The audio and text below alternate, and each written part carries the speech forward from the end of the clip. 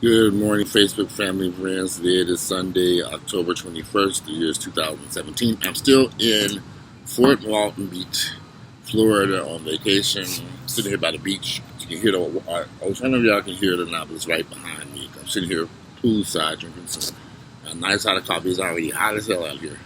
It's going to be another hot day. And the water was I went swimming in the ocean yesterday. The water was so nice. So it was beautiful, nice and warm. I was surprised how warm. Big waves, but it was very nice. So last night we went shopping to the outlet stores here in Destin. And I bought some stuff I really didn't need, but I got some stuff, basic stuff, underwear, t-shirts. What did I buy? Oh, and some sweatpants that were on sale at the Nike store. And when I was at the Nike store, a black guy, young, handsome black guy, kept following me around the store. I really didn't pay much attention to it. I just thought maybe he just happened to be shopping within the same vicinity as me. And finally, he walked up to me with his phone and showed me my picture. And he was like, "I know this is you. You're Walter Hampton from Atlanta. You have the YouTube channel." I said, "Yes." He was, "I knew it. So he's like, "Can I get a hug?" I said, "Yeah, you can get a hug." So this guy, we sit there talking.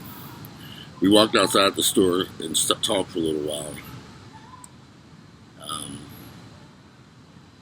Long story short, he met someone some time ago. I'm trying to change some of the details but I'm just going to tell you what he told me. He came to Atlanta on a couple of different occasions. But on one particular time he came to Atlanta, he met someone. And they began kicking it, became real good friends. He liked the guy liked him. So, of course, he lives down here in the Destin Beach, Florida, which is a 20-minute drive from us where we were at. He lives down here with his family. He's in his 20s. He went back and forth. He met a guy. The guy and him began texting and emailing and Facebooking and video online chatting and all this stuff. And he really, really liked this guy. The guy began telling him that he was HIV negative. He didn't have anything. Sent this man documentation across the phone several times, pictures showing that he was negative, but he had an HIV test. So the guy went, of course, took his test here in Florida, sent the stuff back to him. Anyway, long story short, the guys eventually, he got back to Atlanta to spend some time with this individual. The guy, he rented a hotel room because the guy said he couldn't have company over at his house because something was going on or something, so they spent the weekend in a hotel. While in the hotel room, they had sexual encounters. Because he trusted this person, which was probably the worst mistake he ever made in his entire life. He met someone, the guy had gained his confidence, and he trusted this individual. He thought the person was like him. They had unprotected sex, which is probably another big no-no. But he was trusting this individual. They supposedly had all their STT testing to prove that they were both clean, didn't have anything. I use that term clean, but I'm just using that for this video right now. Both were tested for HIV and other STDs. They had a great time. He said he really looked forward to seeing the guy again. He said it was probably he said he was really, really liking this guy. He did find it strange on his way back home when he kept trying to contact the guy. The guy did not return any of his phone calls or texts when he was driving back down here to Florida. When he got back down here to Florida, he hit him up the next day, still no response. Went to his Facebook page, sent messages, nothing. A week or two later, he began to have symptoms of an STD and warts and some other stuff that's in his anal area. So he was like, he didn't know what was going on. So he ended up going to the doctor. He found out that he had syphilis and syphilis and something else was going down there. Talk about fungus of some type. And then later, after he did more testing, they found out he was not HIV positive.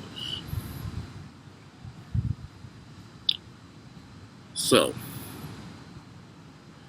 I'm listening to this story this man told me, and I'm thinking, this happens so frequently it doesn't make any sense. Too many of these young brothers are trusting other young brothers with their lives. They're trusting them and they're having sex with them, and they're thinking that this person is honest and this person is being truthful, like they are. That's not the case.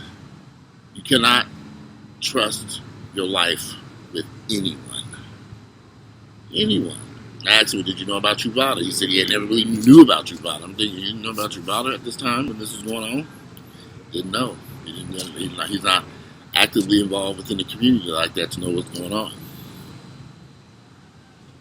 Man, guys, I want to tell you, this man was beautiful, attractive guy. I told him, it's not as bad as you think it is going to be. You're going to have to, take your medication. He said he's on medication. He hasn't told his family members or friends because he's afraid. But he's angry now. He doesn't trust anyone anymore. He's ruined the trust that he had in people. And the individual that he had sex with, that they talked for weeks before getting here, he hasn't heard from him since. They never talked again. No matter how many messages he sent, how many emails, phone calls from different phone numbers, everything. He said that man would not respond. Never heard from him since that weekend they spent in that hotel together. Somebody he thought that he was building something with. He even had talked about, he said, moving to Atlanta, and they were going to move to Atlanta, they're going to have a relationship together. So, y'all, I don't know what to say about these guys and their mentality. For someone to lie and give documentation, knowing that they were positive and had other STDs, they just falsified this paperwork. They just wanted sex. That's it. And once they got with that man, when he got to Atlanta, and he had sex with that guy, the guy got what he wanted. And then left him with a disaster in his own body. Can't trust these guys. Y'all just can't. You cannot trust them. We said they talked for a long time. He was like, who are you talking to? I was like, just keep shopping. I'll tell you about it later. But these guys are reckless. They're dangerous. It's unfortunate. You have to protect yourself. You must protect yourself, so you can't trust these guys. You can't trust them under any circumstances. You cannot trust these people. If somebody tells you they don't have nothing, you cannot trust them. You must use protection, and you must protect yourself. You have to. You must frequently get tested, too. But I have a sneaky suspicion of the individual who this man had sex with in Atlanta. That person knew their status. They knew what was going on with them. They knew they had some issues going on. And they lied. I've seen this happen so many times. People lying about their HIV positive status, lying and telling everybody they're negative, lying about it. It's just ridiculous. Some man didn't have that. This is why these rates continue to go sky high, because you're dealing with a bunch of liars. Reckless people who don't care about your life. They don't care about your life. They don't care about their own damn life. So if they don't care about their own damn life, you better believe they ain't going to give a shit about you. Now, you done went down to Atlanta, met this nigga, thought you had met somebody special, he didn't get a phone call back. He didn't mess your life up forever. He's nowhere to be found. You don't even know where he lives at. No way to get in contact with him. You're not even sure. I mean, it's just a lot of questions here.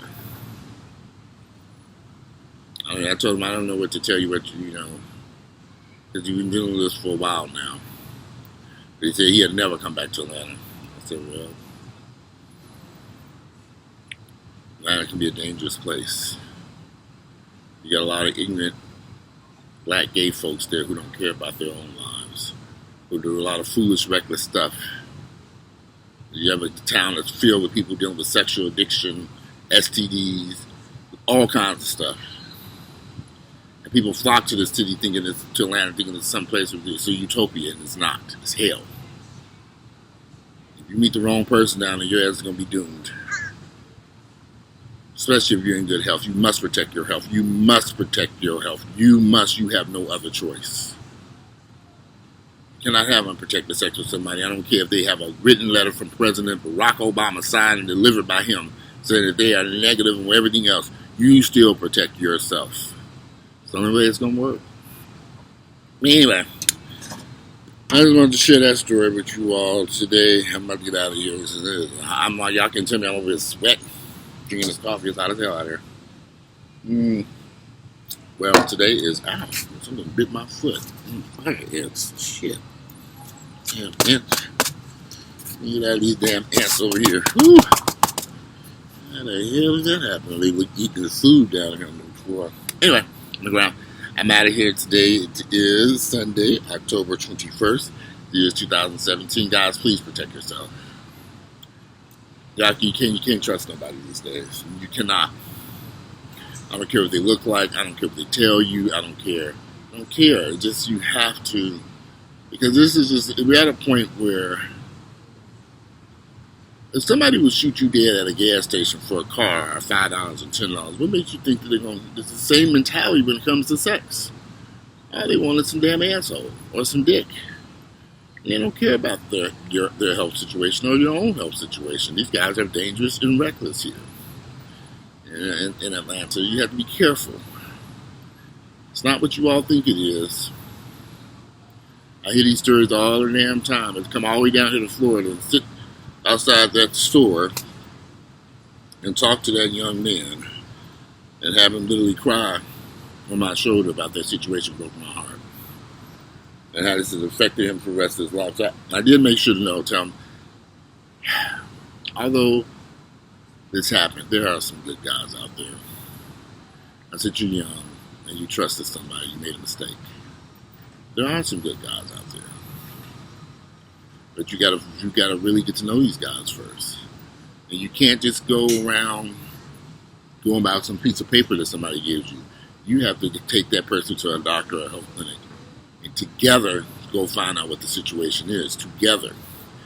Whether they're negative or positive. Or even if they're positive, you know if they're undetectable. Are they taking medications? What's their viral loads? There's a lot of questions you have to ask.